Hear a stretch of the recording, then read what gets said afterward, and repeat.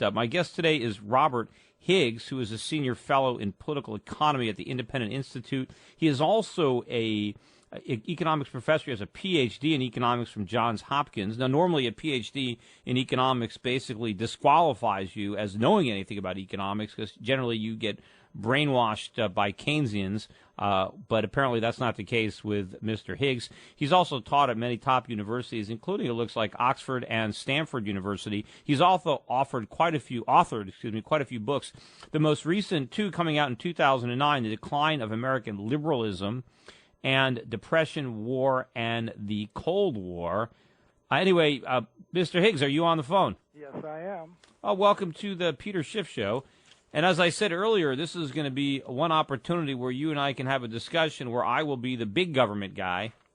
Okay, but before we get into that discussion, let's talk a little bit about your analysis as a PhD in economics of President Obama's and maybe Bush's prescription to cure our economic ills and what the central bank is doing.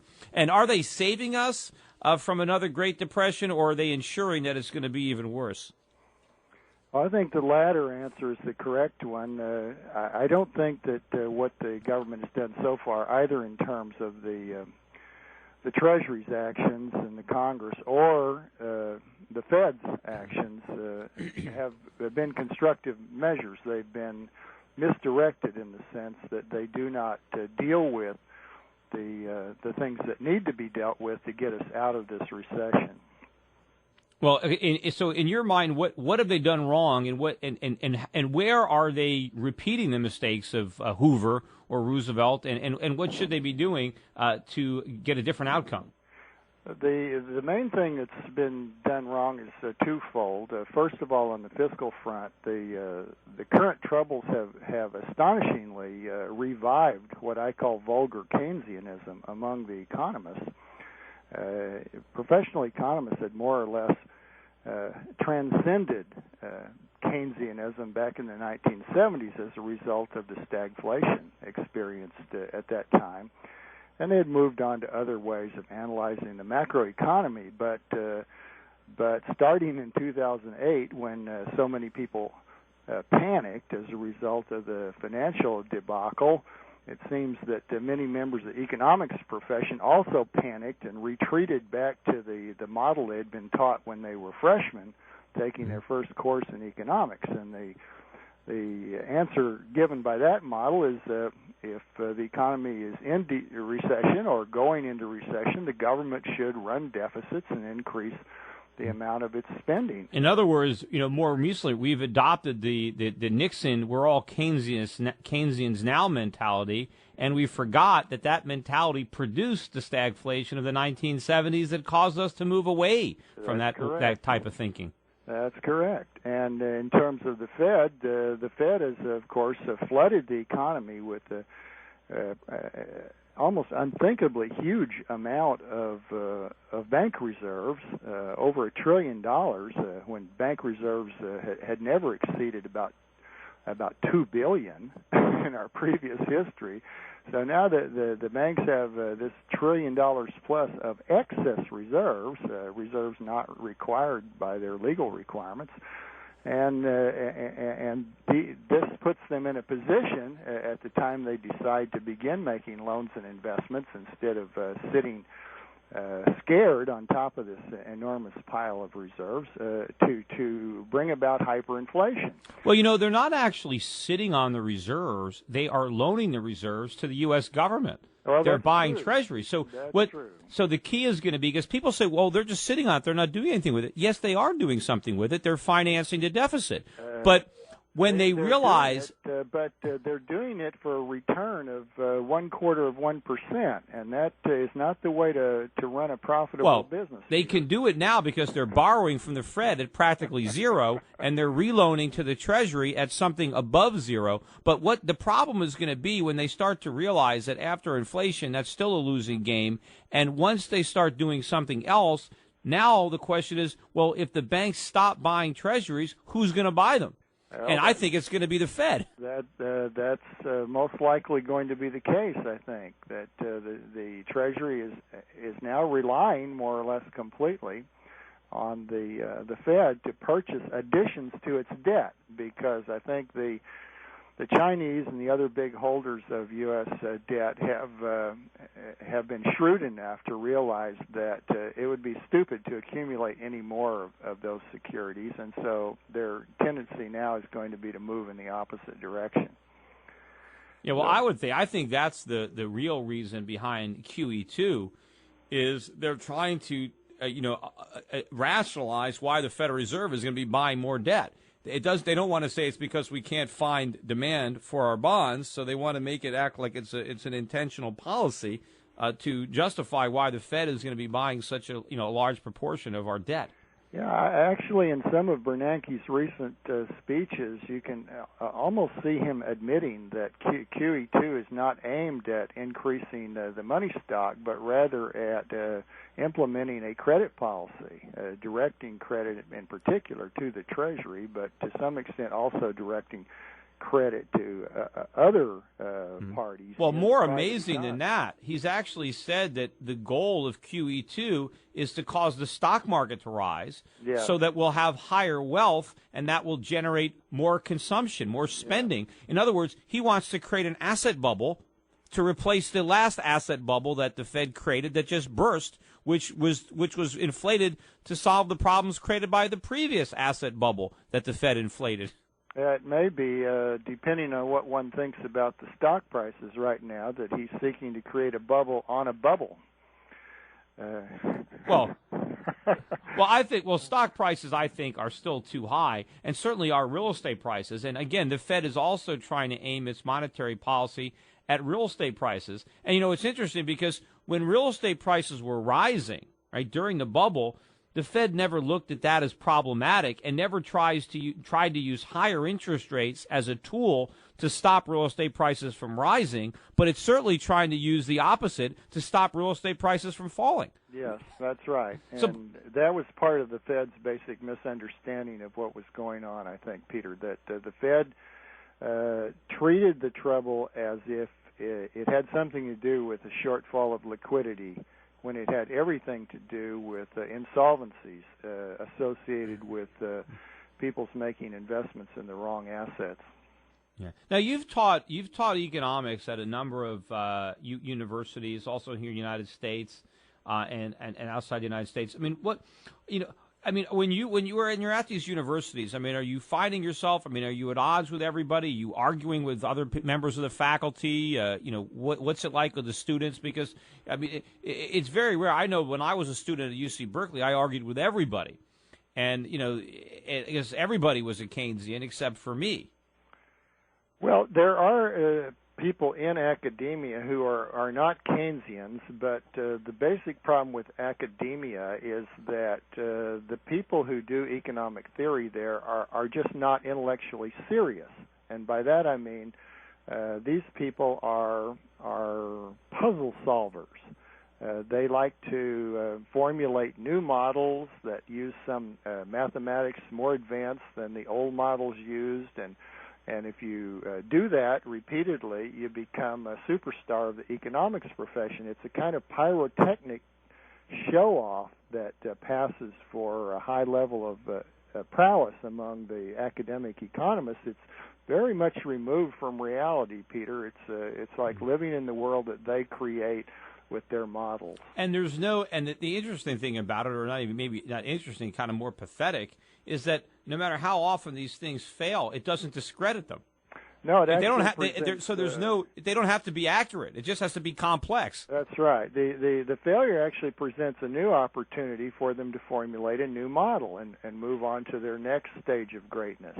Yeah, and my theory too behind a lot of it is that the whole profession is about justifying what politicians want to do anyway, which is spend more money to get elected. And so they like politicians that validate with some kind of economic rationale what they want to do, where they can actually say, printing money with unemployment benefits. If we give more money to the unemployed, it's going to help the economy. So now they get to buy votes and they actually think they're helping the economy, and the recipients of this government money think that they're helping the economy because they spend it.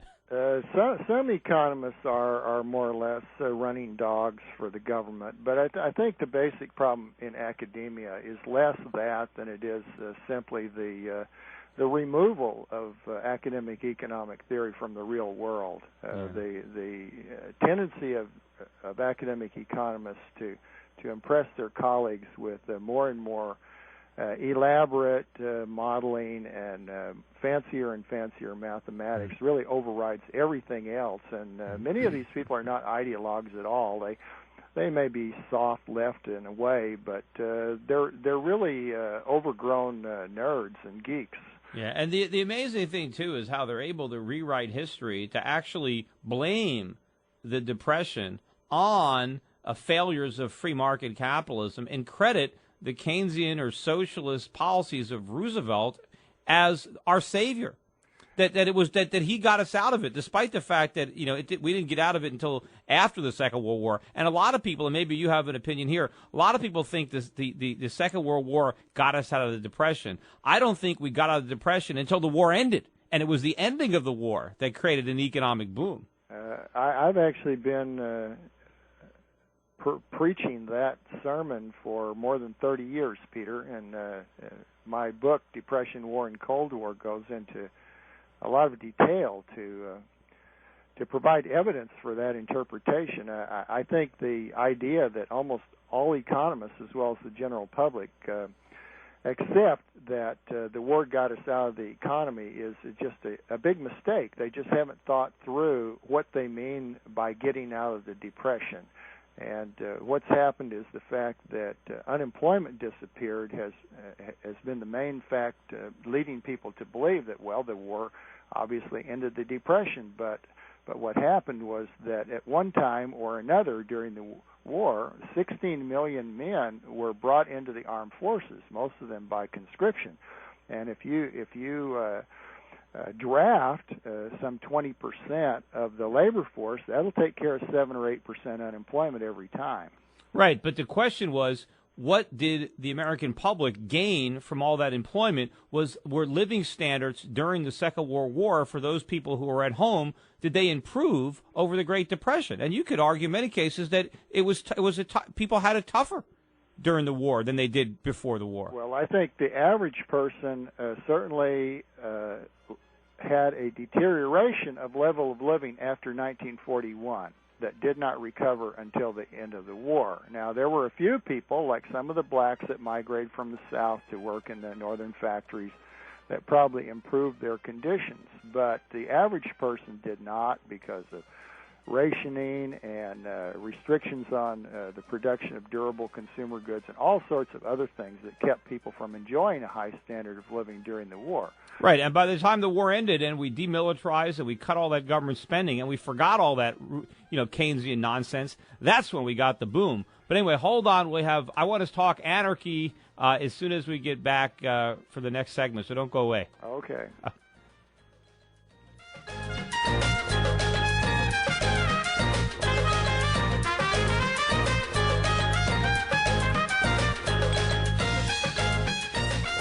The Peter Schiff Show. Since the Peter Schiff Show was last on the air, the national debt added another $7.89 million.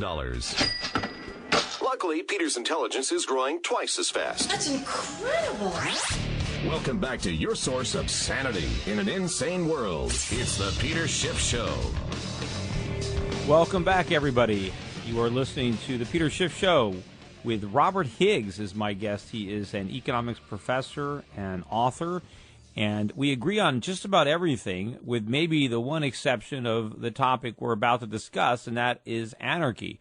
Now, ideally, I would be an anarchist, right? I would love to have no government, but I think that's idealistic. I think in reality, I think it's impossible. I think anarchy is kind of like a vacuum, and government is going to be created on its own to fill that void. I think that society, individuals are always going to band together in some way to protect themselves from criminals. And the minute you do that, the minute you create something, you've created a government. And my thing is that, well, instead of letting something be formed on its own that might be even more destructive, let's preempt it. Since we know there's going to be a government of some form, let's create one and dramatically limit its power so that we prevent a more destructive government from forming on its own.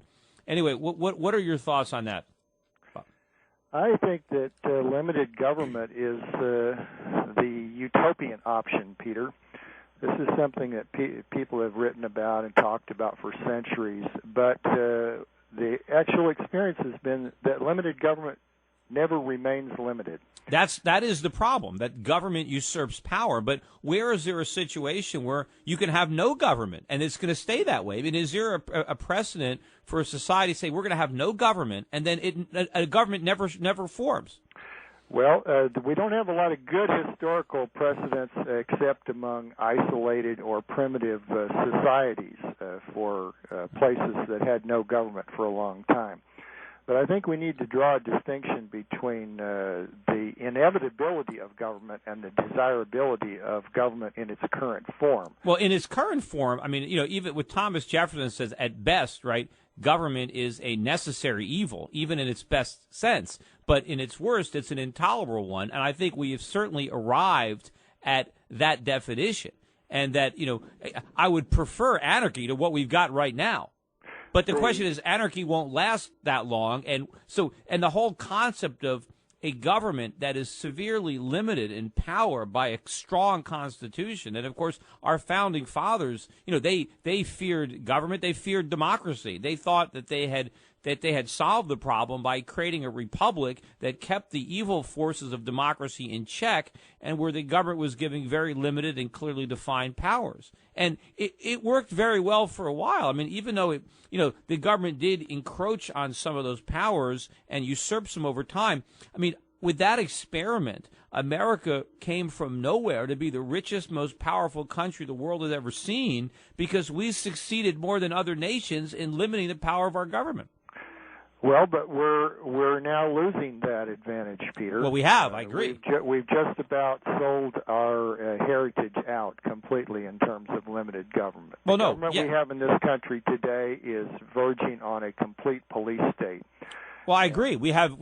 There's nothing the government can't do. There are no constitutional restraints. We have an omnipotent government. We have the antithesis of what the founding fathers envisioned. Oh, yeah, I don't support this, but I don't think that we can have no government at all. What is important to remember in discussing this is not that people will have no government. People want rules. They want the enforcement of property rights and other aspects of public order. But the question is whether governments will be monopolies. It's monopoly government that becomes tyrannical. And that's what we have in this country. There are alternative ways to structure government. But right now, so many people have been brought up, indoctrinated by public education, by the media, and by other outlets to believe that government as it currently exists is the only form that can exist. We agree 100%. In fact, I think we'd be better off if we were still governed under the Articles of Confederation and had no federal government at all. Well, that would certainly be a big advantage because there was no tax power there. Yeah, and initially, the founding fathers didn't even want to give the federal government the power to tax. The only reason they got it was because of wartime. It was like, well, they might need taxes if there's a war. But they didn't even envision any taxes at all on the federal level in peacetime. War always turns out to be the killer of liberty. Absolutely. Anyway, we're running out of time. Do you want to stick around into the next segment? If not, I would really appreciate you being on the show. I'm afraid I must go now, Peter, but I appreciate your having me on today.